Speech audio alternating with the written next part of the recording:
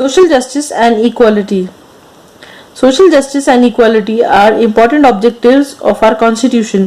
हमारे कॉन्स्टिट्यूशन का बहुत इंपॉर्टेंट पार्ट है कि लोगों को अपना हक मिले और उन सबको इक्वली ट्रीट किया जाए. The constitution has given guidelines to establish a new society based on these two values. तो हमारे गवर्नमेंट ने, कॉन्स्टिट्यूशन ने क्या गाइडलाइंस दी है कि हम एक नई सोसाइटी बनाए जो इन वैल्यूज पर बेस्ड हो, कि सबको जस्टिस मिले और इक्वालिटी मिले. We are following the path led by our constitution to achieve this goal. तो हम लोग ये पाथ को फॉलो कर रहे हैं जो हमारे कॉन्स्टिट्यूशन ने ले किया है सबके जस्टिस और इक्वालिटी के लिए. To establish social justice is to remove those social conditions which are responsible for injustice and insist on the equality of dignity for all individuals. तो क्या हो रहा है इसमें हमको क्या करना पड़ेगा कि जितने भी चीजों की वजह से कुछ इनजस्टिस होता था वो सब चीजों को हम हटा देंगे ताकि सबको जस्टिस मिले और सबको इक्वालिटी मिले. The principles of justice and equality aim at ending the discrimination in the social status such as superior or inferior on the basis of caste, religion, language and gender, place of birth, race, property, or giving equality of opportunity for development to every individual. तो क्या करना चाह रहे हैं हम कि किसी भी तरीके का डिस्क्रिमिनेशन सोसाइटी में नहीं होना चाहिए. चाहे इंसान किसी भी कास्ट का हो, कहीं भी पैदा हुआ हो, कोई भी लैंग्वेज बोलता हो, या मेल हो या फीमेल हो, सबको इक्वली ट्रीट करना है. ठीक है, तो हम सारा इनइक्वालिटी और डिस्क्रिमिनेशन हटा देना चाहते हैं. To establish justice and equality efforts are to be made at all levels of the society.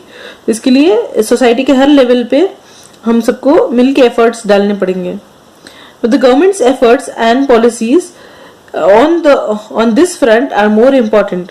ठीक है, हर लेवल पे हर किसी को तो काम करना ही है, बट गवर्नमेंट के रूल्स और पॉलिसीज का एक बहुत इंपॉर्टेंट रोल है कि गवर्नमेंट अगर ऐसे पॉलिसीज बनाएगी तभी लोग उनको फॉलो भी कर पाएंगे. For democracy to be inclusive one must try to bring all sections of the society into the mainstream. तो डेमोक्रेसी को इंक्लूसिव बनाने के लिए, सब लोगों को एक जैसा ट्रीट करने के लिए क्या करना पड़ेगा कि जितने भी टाइप के सोसाइटीज हैं सबको मेन स्ट्रीम में लाना पड़ेगा या सबको एक जैसा ट्रीट करना पड़ेगा. Democracy is in fact a process of accommodating different sections of the society. तो डेमोक्रेसी क्या है? एक प्रोसेस है जिससे हम सोसाइटी के सभी तरह के लोगों को एक जगह पे एक साथ ला सके और एक जैसा ट्रीट कर सके. Democracy helps in reducing the social conflicts. इससे क्या होता है कि सोसाइटी में आपस में एक दूसरे से लड़ाई झगड़े कम होते हैं. Let us take a review of the efforts made in India in this direction. इस डायरेक्शन में हमारे देश में क्या एफर्ट्स हुए हैं, चलो हम देखते हैं. Policy of reservation of seats. Policy of reservation of seat is meant for those sections of the society who have been deprived of the opportunity for education and employment for long period of time. तो अभी तक जिन लोगों को हमारे society में हक नहीं था एजुकेशन का या नौकरी का, उन सब के लिए हमने कुछ सीट्स रिजर्व रखी हैं ताकि वो लोग भी पढ़ाई कर सकें या उनको भी अच्छी नौकरियां मिल सकें. Accordingly, in education institutions and in government services, some seats are kept reserved for scheduled caste and scheduled tribed. तो क्या होता है अभी सभी स्कूल्स में, कॉलेजेस में, गवर्नमेंट जॉब्स में, सर्विसेज में शेड्यूल्ड कास्ट और शेड्यूल्ड ट्राइब्स के लिए कुछ सीट्स हम रिजर्व रखते हैं क्योंकि इतने सालों से उनको हक नहीं था ये सब एक्टिविटीज में पार्टिसिपेट करने का. There is also provision of reservation of seats for the other backward classes. तो एक ऐसा भी प्रोविजन है जिसमें दूसरे भी कोई अगर बैकवर्ड क्लासेस होंगे तो उनके लिए भी रिजर्वेशन होता है सीट्स का, उनके लिए भी सीट्स रिजर्व रखते हैं, तो पहले उनको मौका दिया जाता है. The scheduled caste and tribes act. This is an important act for establishing social justice and equality. तो ये एक्ट क्या है? बहुत इंपॉर्टेंट चीज है सोसाइटी में जस्टिस और इक्वालिटी लाने के लिए. This act prevents any injustice against the people belonging to scheduled caste and scheduled tribes. तो क्या होगा ये एक्ट की वजह से क्या होगा कि शेड्यूल्ड कास्ट और शेड्यूल्ड ट्राइब्स के खिलाफ जितना भी इनजस्टिस होता था वो अब नहीं हो पाएगा.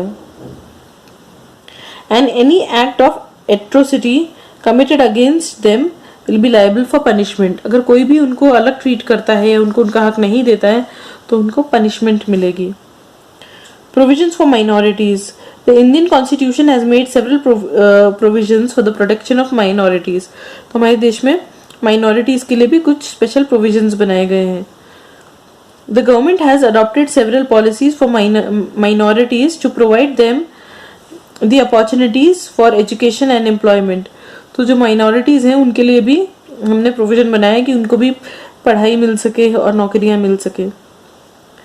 The Indian Constitution prohibits discrimination on the basis of caste, religion, race, language and region. तो हमारे इंडियन कॉन्स्टिट्यूशन बोलता है कि कुछ भी हो जाए, इंसान कहीं का भी हो, किसी भी कास्ट का हो, किसी भी रिलीजन का हो, सबको हमको इक्वली ही ट्रीट करना है। This is a comprehensive provision for minorities which fundamentally protects their rights to equality, freedom, right against exploitation and cultural and educational rights। तो क्या हो रहा है कि ये जो रूल है कि सबको इक्वली ट्रीट करना है, उसके वजह से जितने भी लोग माइनॉरिटी कास्ट में हैं, जिनको पहले हक नहीं मिलते थे अपने, वो सब को अभी इक्वलिटी मिलेगी, उनको भी फ्रीडम रहेगा, वो लोग भी जितना चाहे पढ़ सकते हैं, जहाँ चाहे नौकरी कर सकते हैं, उनको हर चीज में अपना हक मिलेगा। The laws relating to women and provisions for representation. In the post-independence period, efforts were made for empowering women.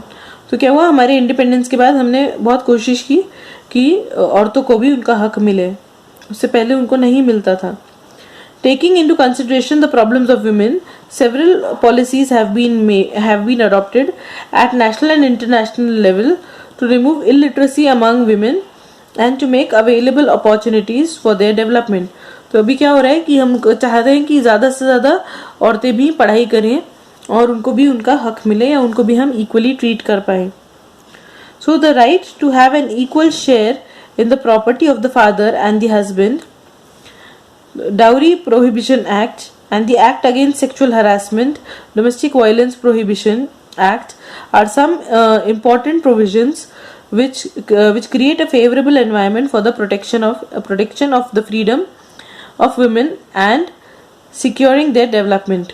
तो कौन कौन से एक्ट्स बनाए गए हैं औरतों के लिए कि उनके पापा और उनके हस्बैंड की प्रॉपर्टी में से उनका भी इक्वल शेयर रहेगा प्रॉपर्टी में, और डाउरी लेने पर प्रोहिबिशन है, डाउरी लेना अलाउड नहीं है, किसी भी तरीके का सेक्सुअल हरासमेंट या डोमेस्टिक वायलेंस औरतों के अगेंस्ट नहीं होना चाहिए, जो भी ये ऐसा करेंगे उनको पनिशमेंट मिलती है। तो ये सब एक्ट्स की वजह से ऐसा हुआ है कि औरतों को बहुत फ्रीडम और पावर मिला है अपने सोसाइटी में। In our country, from the very beginning, women have inadequate representation in the politics and the political institutions. तो क्या होता था कि पहले हमारे देश में पॉलिटिक्स में ज़्यादा औरतें नहीं पाई जाती थी। तो अब क्या किया है कि कई कंट्रीज ने और इंडिया ने भी एक ऐसा एफर्ट डाला है, मतलब उन्होंने क्या किया कि औरतों के लिए सीट्स रिजर्व कर दिए हैं, कुछ अमेंडमेंट्स लाए हैं कॉन्स्टिट्यूशन में और औरतों के लिए सीट्स रिजर्व कर दिए हैं, और जिसकी वजह से ऐसा होता है कि वो पर्टिकुलर नंबर ऑफ सीट्स औरतों को ही मिलती है, तो उनको भी अपना समान हक मिलता है। तो पहले वो परसेंटेज क्या था, 33% था, बट फिर लोगों ने सोचा कि नहीं यार, उनको इक्वल हक मिलना चाहिए, तो कई लोगों ने उसको चेंज करके 50% कर दिया, मतलब 50% मेन और 50% फीमेल्स ऐसे रहेंगे किसी भी गवर्निंग इंस्टीट्यूशन में।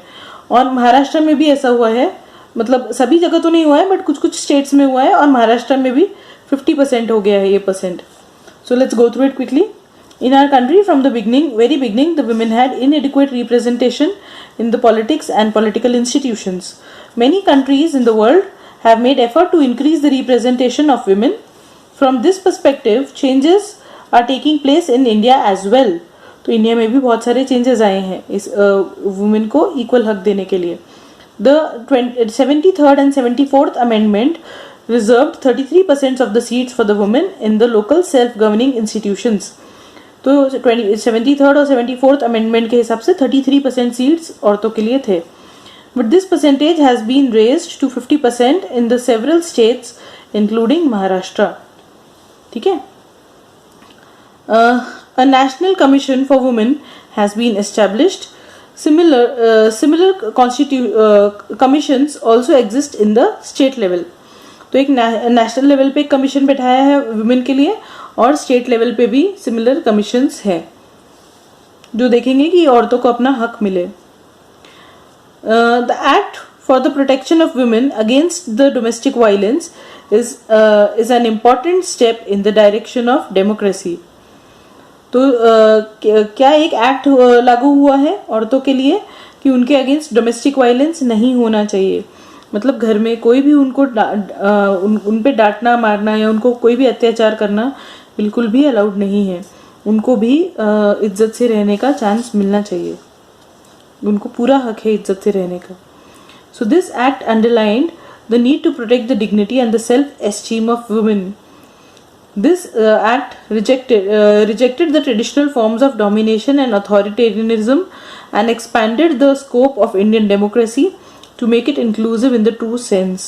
तो पहले के ज़माने में जैसा होता था कि औरतों को हमेशा मेल डोमिनेंट सोसाइटी था और अपने हस्बैंड के अपने पापा के हिसाब से चलना पड़ता था. अभी वैसा नहीं है.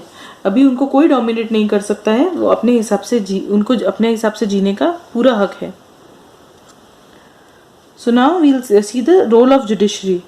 The judiciary in India has played an important role in strengthening the democracy and helping to make towards the achieving the objective of social justice and equality.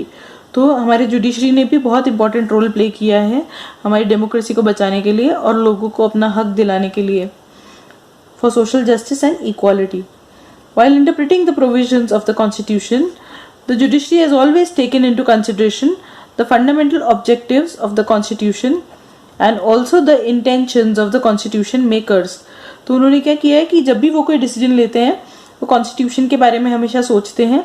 वो सोचते हैं कि अगर जो भी कॉन्स्टिट्यूशन में पॉइंट्स लिखे हैं वो क्या सोचकर लिखे गए होंगे. तो वो उस बारे में सोच के समझ के ही कुछ भी लॉज बनाते हैं. We will try to understand the contribution of the judiciary in this regard with the help of the following points. अभी हम judiciary का contribution देखेंगे उन्होंने क्या किया है with the help of the following points. So the first point is the basic framework of the constitution. So the constitution is dynamic. It is a living document. The constitution has to change according to the changing condition and the parliament has a power to make those changes. तो क्या होता है कि constitution एक जीता जाता document जैसा है क्योंकि उसी के हिसाब से हमेशा सबको चलना होता है. बट क्या होता है कि अब कॉन्स्टिट्यूशन तो बहुत पहले बनाया गया था बट उसमें कुछ कुछ चेंजेस भी आने चाहिए ना क्योंकि उनको ज़माने के साथ चलना है. अभी टाइम्स चेंज हो रहे हैं तो वो कॉन्स्टिट्यूशन में चेंजेस लाने का हक पार्लियामेंट को है. बट उनको जो पावर मिला है चेंजेस लाने का वो थोड़ा सा लिमिटेड है. मतलब वो कॉन्स्टिट्यूशन का पूरा स्ट्रक्चर चेंज नहीं कर सकते हैं.